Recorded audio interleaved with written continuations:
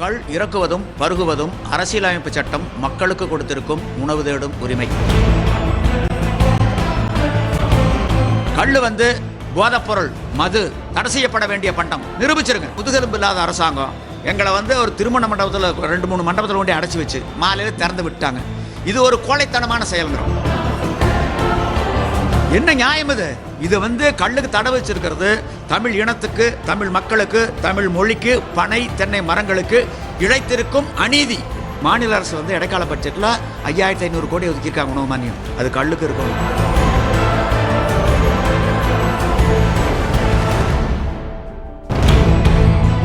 கள் இயக்கம் எதை வலியுறுத்துகிறது?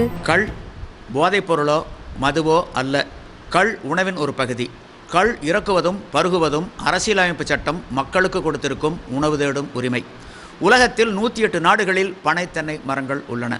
எந்த ஒரு நாட்டிலும் கள் இறக்கவும் பருகவும் தடை இல்லை. ஆக தமிழ்நாட்டில் மட்டும் இத்தகைய தடை இருப்பது உலகளாவிய நடைமுறைக்கு எதிரானது. கள் போதைப் பொருள் என்றுதானே பார்க்கப்படுகிறது. யார் சொன்னது போதை தரக்கூடிய பொருள்னு? நீங்கள் போதை தராத பொருள் உலகத்தில் எதுவுமே கிடையாது. நீங்கள் உண்ணுகின்ற உணவு, பருகின்ற பானம் அத்தனையிலே போதைக்கு காரணமான ஆல்கஹால் இருக்குது. ஆனால் விகிதாச்சாரம் மட்டும் வேறுபடுது. கல்லில் 4.5% இருக்குது. டாஸ்மாக் மதுக்களில் 42.8% இருக்குது. இப்போ அரசியல் கட்சியில் இருக்காங்க இல்லைங்க, இன்றைக்கி இருக்கக்கூடிய முதலமைச்சர், முன்னாள் முதல்வர், இன்றைக்கி இருக்கக்கூடிய ஒவ்வொரு அரசியல் கட்சிகளும் பூர்ண மதுவிலக்கு வேணும், கல்லுக்கு தடை விதிக்கணும்னு சொல்லக்கூடிய கட்சி தலைவர்கள் உட்காருங்க ஒரு பக்கம். நாங்கள் ஒருத்தர் மட்டும் இந்த பிறகு உட்கார்றோம். பத்திரிகை ஊடகங்கள் மட்டுமே பார்வையாளராக இருக்கட்டும். நேரடி ஒளிபரப்புக்கு அனுமதி இருக்கும். கல் போதைப்பொருள், மது தடை செய்யப்பட வேண்டிய பண்டம் நிரூபிச்சிருங்க. நாங்கள் கோரிக்கை கைவிட்டுறோம், போராட்டத்தை விளைக்கிறோம், இயக்கத்தை கலைச்சிட்றோம், 10 கோடி ரூபா கொடுத்துட்றோம், நீங்களாம் பங்கிட்டு போங்க. வள்ளுவரின் கள் உண்ணாமைக்கு உங்கள் போராட்டம் எதிரானதுதானே? வள்ளுவர் சொன்னார் கல் உண்ணாமைன்னு சொன்னார். அதே கல் இனிதானதுன்னு சொல்லியிருக்கார்.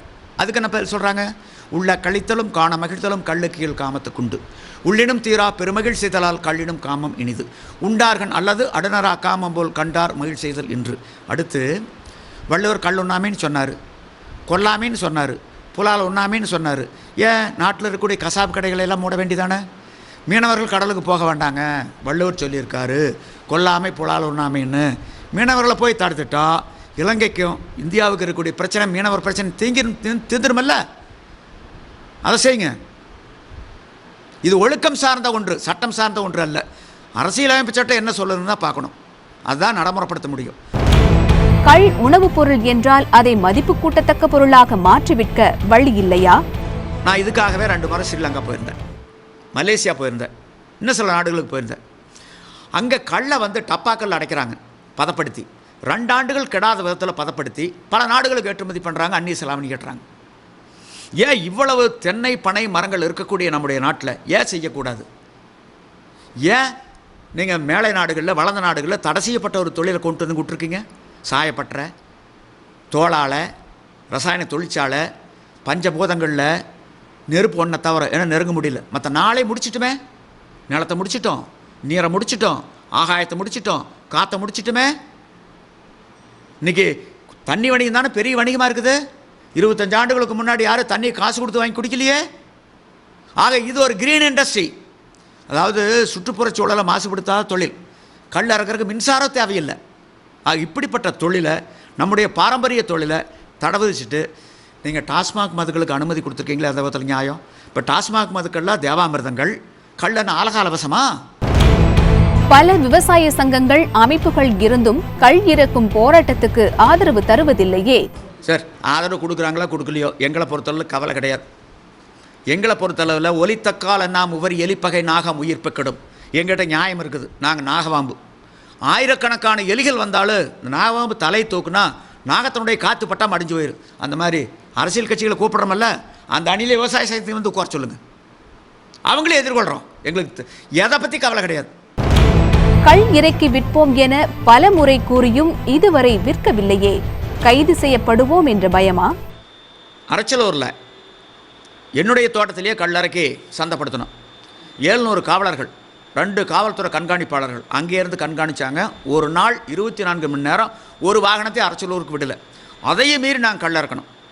எங்களை கிட்டத்தட்ட கைது பண்ணி சிறையில் அடைச்சி வழக்கு பதிவு பண்ணி நீதிமன்றத்துக்கு முன்னாடி நிறுத்தியிருந்தால் ஒரு தீர்வு கிடச்சிருக்கும்.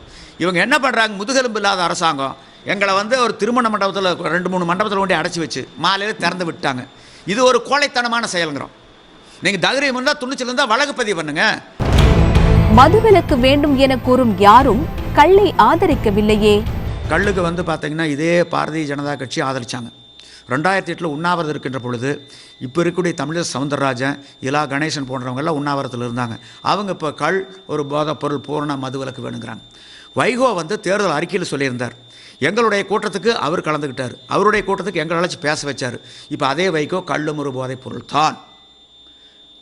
இந்த சசி பெருமாள் வந்து அந்த இறுதி அஞ்சலி கூட்டத்தும் போது அவர் சொன்னார், கள்ள இயக்கத்தை சார்ந்தவர்கள் இங்கே வந்திருக்கின்றார்கள், கல்லை பற்றி வாய் யாரும் திறக்கக்கூடாது, வாங்க வாதம் பண்ணுங்க, 10 கோடி ரூபா வாங்கிக்கங்க என அழைத்த போது அவர் என்ன சொன்னார், நண்பர் நல்லசாமியினுடைய மனது புண்படும்படி பேசிவிட்டேன், வருத்தப்படுகிறேன், வாங்க இன்றைக்கி வாங்க, நாங்கள் 10 கோடி கொடுக்குறோம். கள் ஒரு போதைப் பொருள் தான், கள் ஒரு மது தான், தடை செய்யப்பட வேண்டிய பண்டம் தான். டாஸ்மாக் விற்பனை மதுக்களும் வெளிநாட்டு இறக்குமதி மதுக்களும் கல்லை விட நல்லவைகள் நிரூபிச்சிருங்க, 10 கோடி ரூபா இன்றைக்கி தர்றோம். தைரியம் இருந்தால், துணிச்சல் இருந்தால், முதுகெலும்பு இருந்தால் வாங்கினு தான் நாங்கள் கேட்குறோம். எங்களை பொறுத்தளவில் வெச்ச காலை பின்வாங்குற பேச்சுக்கிடம் கிடையாது. அதே நேரத்தில் எங்கள் தரப்பில் தவறு இருக்கிறத நிரூபிச்சிட்டா நாங்கள் கோரிக்கை கைவிடுறோம், போராட்டத்தை விலக்கிக்கிறோம், அவங்களுக்கு 10 கோடி கொடுக்குறோம், இயக்கத்தை வந்து கலைக்கிறோம். தமிழகத்தில் கள் இறக்கம் வேண்டும் என்பது எடுபடுமா? கேரளாவில் கள்ளு கடைகள் எச்சு பண்ணிகிட்டு இருக்காங்க, நீரா தயாரிச்சுட்டு இருக்காங்க. அதாவது அதை வந்து நீராக வந்து பாட்டில் அடைச்சி வெளிநாட்டுக்கு ஏற்றுமதி பண்ணி உள்நாட்டில் சந்தைப்படுத்தி அந்நிய செலாவணி ஈட்டணும், அதன் மூலம் அந்த வருவாய் இழப்பை ஈடு செய்யணுங்கிறது தான் கேரள அரசனுடைய நிலைப்பாடு. அந்த அடிப்படையில் தான் அங்கே மதுவிலக்கு படிப்படியாக 10 ஆண்டுகளுக்குள் கொண்டு வரும்படும்னு சொல்லி கொஞ்சம் கொஞ்சமாக மதுவை குறைச்சிட்டு இருக்காங்க. அதே மாதிரி நீரா கல்லினுடைய உற்பத்தியை நுகர்வை பெருக்கிட்டு இருக்காங்க. நீங்கள் கேரள அரசால் நியமிக்கப்பட்ட ஏபி உதயபானு குழு, குஜராத் அரசால் நியமிக்கப்பட்ட என்எம் மியாபாய் குண்டி, அதே மாதிரி நேரு காலத்தில் நியமிக்கப்பட்ட ஸ்ரீமன் நாராயணன் கமிட்டி, லால் பகதூர் சாஸ்திரி காலத்தில் நியமிக்கப்பட்ட ஜஸ்டிஸ் டெக்ஸன்ஸ் கமிட்டி, எந்த ஒரு கமிட்டி கல்லுக்கு தடை விதிக்க சொல்லவே இல்லை. நேரு காலத்தில் அந்த ஸ்ரீமன் நாராயணன் கமிட்டி என்ன சொல்கிறாங்கன்னா, கள்ளச்சாராயம் இருந்தால் இரும்புக்காரன் கொண்டு அடக்கணும், பிணையில் வர முடியாத குற்றத்தில் பதிவு பண்ணணும், வழக்கு பதிவு பண்ணணும், சொத்துக்களை பறிமுதல் பண்ணணும், அவங்க தேர்தல் நிற்கக்கூடாது, இப்படியெல்லாம் நிபந்தனைகளை போட்டவங்க என்ன சொல்கிறாங்கன்னா, கள் போன்ற மென்பானங்களுக்கு தடை இருக்கக்கூடாதுன்னு சொல்லி நேரு காலத்திலே ஸ்ரீமன் நாராயணன் கமிட்டி சொல்லியிருக்காங்க. பனை மரங்கள் அழியும் நிலையில் கள்ளுக்கு அனுமதி கிடைத்தாலும் பெரிதாக விவசாயிகளுக்கு உதவுமா? நீங்கள் சொல்கிறதுல கொஞ்சம் நியாயம் இருக்குது. சுதந்திரத்துக்கு முன்னாடி தமிழ்நாட்டில் 50 கோடி பனைமரங்கள் இருந்தது, இப்போ 4.5 கோடியாக குறைஞ்சிருச்சு. இதுக்கு முக்கியமான காரணம் கள்ளுக்கு தடை விதிச்சது. கள்ளுக்கு தடை விதிச்சது தான் முக்கியமான காரணம். ஆனால் இருக்கக்கூடிய மரத்தையாவது காப்பாற்றணுமில்ல. ஆனால் பனைமரங்களுக்கு பல தென்னை மரங்கள் இருக்குது, தென்னை மரங்கள்லேருந்து கல் இருக்கலாம், அதனால் அது ஒன்றும் தப்புன்னு வராது. மீண்டும் பனைமரங்களை பயிரிடுவார்கள். 2வது ஸ்ரீலங்காவில் பனைமரத்தை வெட்டுனா பிணையில் வர முடியாத குற்றத்தில் பிரிவில் வந்து வழக்கு பதிவு பண்ணுறாங்க. நான் பெயிலபிள் ஆஃபென்ஸ் இன் ஸ்ரீலங்கா. அந்த மாதிரி சட்டம் ஏற்றி அந்த மரத்தை காப்பாற்றணும். தமிழ் மண்ணினுடைய மரம், தமிழ் மண்ணினுடைய அடையாளம். நீதிபதி சிவசுப்பிரமணியம் குழு அறிக்கை ஏன் ஏற்கப்படவில்லை? இதே வந்து ஜெயலலிதா என்ன சொன்னாங்க, 2011 தேர்தல் பிரச்சாரத்தின் போது கோவை மாவட்டம் பொள்ளாச்சியில் நடந்த பிரச்சார பொதுக்கூட்டத்தில் கள்ளுக்கு வைத்திருக்கக்கூடிய தடை நீக்குவோம்னாங்க. ஆட்சியில் இருக்கிறவங்க சொல்கிறத நம்பித்தான் ஆகணும். அதே மாதிரி கலைஞர் உலகத்தமிழ் செம்மொழி மாநாட்டும் போது என்ன சொன்னார், நாங்கள் மாநாடு வளாகத்துக்குள்ளே வந்து கள்ள வைப்போம்னு ஒரு முடிவெடுத்தோம். இது அரசியலமைப்பு சட்டம் எங்களுக்கு கொடுத்திருக்கும் உணவு தேடும் உரிமை என்ற அடிப்படையில். கலைஞர் முந்தைய நாள் அழைச்சார், கள் முக்கியமானது, அவசியமானது, தேவையானது, கவனிக்கிறேன், இப்போதைக்கு உலகத்தமிழ் செம்மொழி மாநாட்டை சிறப்பாக நடத்துவோம், ஆதரவு தாருங்கள்னார். அப்புறம் KP சிவசுப்ரமணியன் தலைமையில் குழு போட்டார். அந்த குழுவினுடைய அறிக்கையை அவரும் வெளியிடல, அதுக்கு பின்னாடி ஆட்சி மாற்றத்துக்கு பின்னாடி வெளியிடல. தமிழகத்தில் டாஸ்மாக் தேவையா இல்லையா? டாஸ்மாக் மூடுறதை வரவேற்கிறோம். டாஸ்மாக் மூடப்பட வேண்டிய ஒன்று. அதே நேரத்தில் கள் தடை செய்யக்கூடாத ஒன்று. பக்கத்தில் கோவா இருக்குல்ல, கோவாவில் பெண்ணிங்கிற ஒரு மது, முந்திரிலும் தயாரிக்கக்கூடிய ஒரு மது. அங்கே அந்த பெண்ணிக்கு தடை, இதர மதுக்களை விற்றுக்கலான்னு அந்த அரசாங்கத்தை விட்டு வைப்பாங்களா?